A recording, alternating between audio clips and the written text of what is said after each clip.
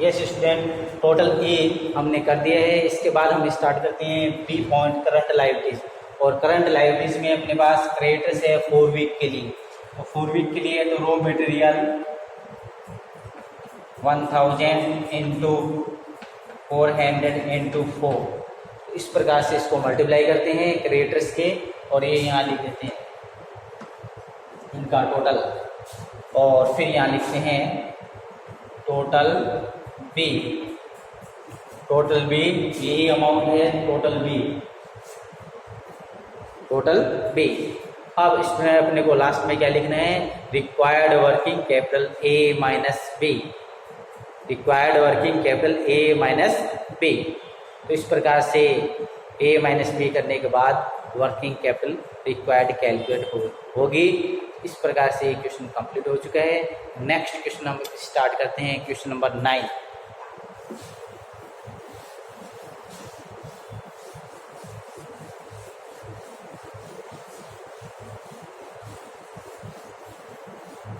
देखिए question number 9 है। इसमें अपने पास जो डिटेल दे रखी है वो प्रोडक्शन अपने को दिया है स्टूडेंट्स से, वो 1,56,000 यूनिट्स का है। 1,56,000 यूनिट्स प्रोडक्शन दिया है। इसके बाद अपने को इसने स्टॉक ऑफ रॉ मटेरियल दिया हुआ है 1 मंथ, और वर्क इन प्रोग्रेस है 2 वीक, फिनिश स्टॉक अपने को दिया है इसने 1 मंथ, और डेटर्स है 2 मंथ, और कैश बैलेंस गिवन है 60,000। और करंट लाइबिलिटीज में अपने पास क्रेडिटर्स दिए हुए हैं 1 मंथ के लिए। आउटस्टैंडिंग में अपने को वेजेज और ओवरहेड दिया हुआ है। अपने को रिक्वायर्ड वर्किंग कैपिटल कैलकुलेट करके बतानी है कि रिक्वायर्ड वर्किंग कैपिटल कितनी है। हाँ, इसमें एक स्टूडेंट्स अपने को पॉइंट और दिया है इसने कि 20% कैश सेल्स होती है, तो 20% कैश सेल्स होती है तो 80% क्रेडिट सेल्स होती है। तो इस पॉइंट से अपना लिंक है डेटर्स से। डेटर्स में अपने को 80% करना है, और इससे पहले जितने भी क्वेश्चन किए हैं उसमें इस प्रकार से परसेंट नहीं किए थे। उसमें हम ये एज्यूम करते हैं कि 100% सेल्स इज क्रेडिटेड, वो पूरी क्रेडिट मान के करते हैं, कैश नहीं मानते हैं। कैश अपने को क्वेश्चन में देता है, तो इस क्वेश्चन में अपने को कहता है कि 20% है वो कैश सेल्स है। तो 20% कैश है, तो इसका मतलब देखो सेल्स क्या होती है, 2 प्रकार की होती है, एक तो क्रेडिट होती है और एक कैश होती है। तो कैश में अगले ने कहा है कि कैश सेल्स है वो 20% है, तो क्रेडिट सेल्स कितनी रहेगी, क्रेडिट सेल्स रहेगी आपकी 80%। तो इस प्रकार से डेटर्स में अपने को विशेषकर ध्यान रखना है। अब बात करें हम सीपीयू की, तो कॉस्ट पर यूनिट अपने को दे रखी है 90, 40, 75, ये अपने को पर यूनिट दे रखी है। तो फर्स्ट तो अपन क्या करेंगे, इसका वर्किंग नोट बनाएंगे और उसमें ये सभी लिखेंगे। तो यहाँ लिख देते हैं नोट।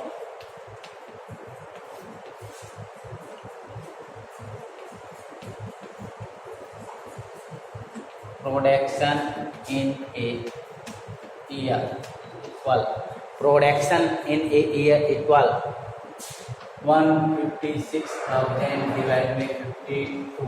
वीक में चेंज कर रहे हैं, इन ए वीक, इसलिए वीक से डिवाइड किया है, तो ये 3,000 यूनिट्स। एक वीक में हम 3,000 यूनिट प्रोड्यूस करते हैं। अब हम बात करते हैं raw material per unit. Raw material per unit students अपने को गिवन है, ये अपन यहाँ लिखते हैं 90। डायरेक्ट लेबर पर यूनिट, ये भी अपने को क्वेश्चन में गिवन है 40। और ओवरहेड पर यूनिट, ये भी स्टूडेंट अपने को बुक में दिया हुआ है, ये 75। तो ये पर यूनिट है, मतलब ये सीपीयू है, ये यूनिट्स है। और मंथ हम जब स्टेटमेंट करेंगे उसमें मंथ्स वहाँ लिखेंगे, उससे मल्टीप्लाई करेंगे। ठीक है, तो ये आप नोट करिए, फिर अपना स्टेटमेंट हम स्टार्ट करते हैं।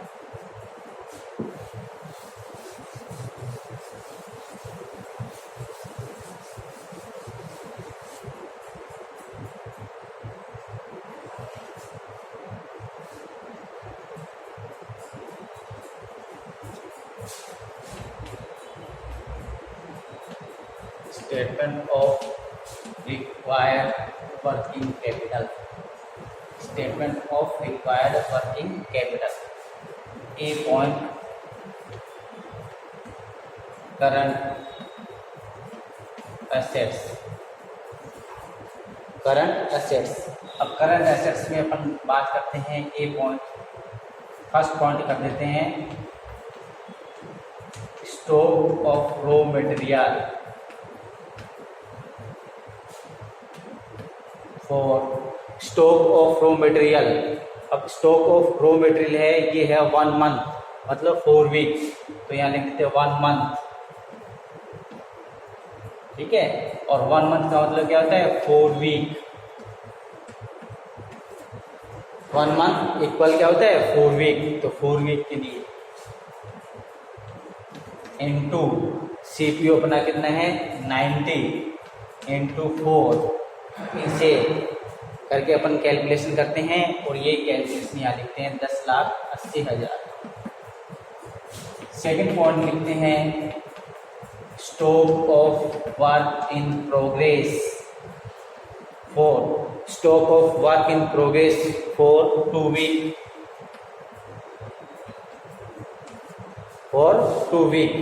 तो इसमें रॉ मटेरियल, डायरेक्ट लेबर और ओवरहेड यूनिट्स में 3,000 लिखेंगे, इनटू सीपीयू में 90, 40 और 75 इनटू 2, सभी में 2 वीक लिख देंगे। और इसके बाद जो याद रखने वाली बात है, यहाँ 50% करना है या 1/2 करना है, ये याद रखने वाली बातें हैं। ये अपन भूल जाते हैं क्योंकि क्वेश्चन में ये बताएगा नहीं, ये आपको याद रखना है कि वर्क इन प्रोग्रेस में लेबर और ओवरहेड को हाफ किया जाता है। तो ये सभी कैलकुलेशन आप करके इनका टोटल है वो अमाउंट में लिखोगे, 8,85,000 ये इनका टोटल है। अब थर्ड पॉइंट करते हैं stock of finish goods. Stock of finish goods, stock of finish goods है, ये स्टूडेंट्स अपने को दे रखा है 1 मंथ। 1 मंथ का मतलब होता है 4 वीक, तो 4 वीक के लिए कर देना, ठीक है। कैसे करोगे, raw material, direct labour, overhead units this one, CPU this one, और मंथ्स में लिखोगे इंटू 4, सभी को इंटू 4 से करना है। तो इस प्रकार से तीनों स्टॉक हुए हैं। फिर हम नंबर है वो डेटर्स का है, पॉइंट नंबर 4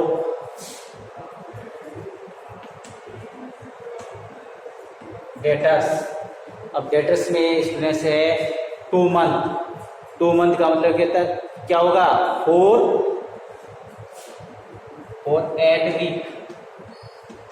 वीक्स, ठीक है। रॉ मटेरियल, डायरेक्ट लेबर और ओवरहेड इनटू 90, 40 और 75 इनटू मंथ इनटू, अब इसमें इनटू क्या करना है, यहाँ करना है 80%, क्योंकि 20% क्या होता है कैश में होता है, इसलिए 80% करना, ठीक है। सभी में इसमें भी करना है 80%, बस ये नया पॉइंट है इसमें, तो ये 80% करना। और इस प्रकार से इसकी कैलकुलेशन अपन करते हैं, तो ये कैलकुलेशन आती है इसमें 3960। फिर अपन लिखते हैं यहाँ पर point number 5 cash at bank 60,000, ये डायरेक्ट लिखना है कैश एट बैंक। अब आप क्या करोगे, इनका टोटल करोगे,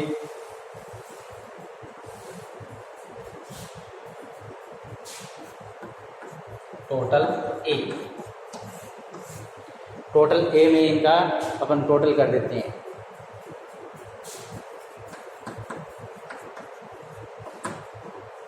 ठीक है। अब बी पॉइंट अपन स्टार्ट करते हैं, बी पॉइंट करंट लायबिलिटीज। अब करंट लायबिलिटीज में फर्स्ट होता है क्रेडिटर्स 4, ये 1 मंथ है, 4 वीक कर देते हैं, 4 वीक ठीक है। क्रेडिटर्स फॉर वीक, तो क्रेडिटर्स अपने पास है, उसको वही सीपीयू यूनिट, सीपीयू और मंथ्स 4 से मल्टीप्लाई करना। इसी प्रकार से आउटस्टैंडिंग में वेजेज है 1.5 वीक, उससे करना, और ओवरहेड है 1 मंथ इक्वल 4 वीक। तो इस प्रकार से 3 है creditors, outstanding wages, outstanding overhead. तो इनके लिए कैलकुलेशन करके टोटल बी करना, फिर ए माइनस बी करना, रिक्वायर्ड वर्किंग कैपिटल आएगी। इस प्रकार से ये क्वेश्चन कंप्लीट हो चुका है। थैंक्स।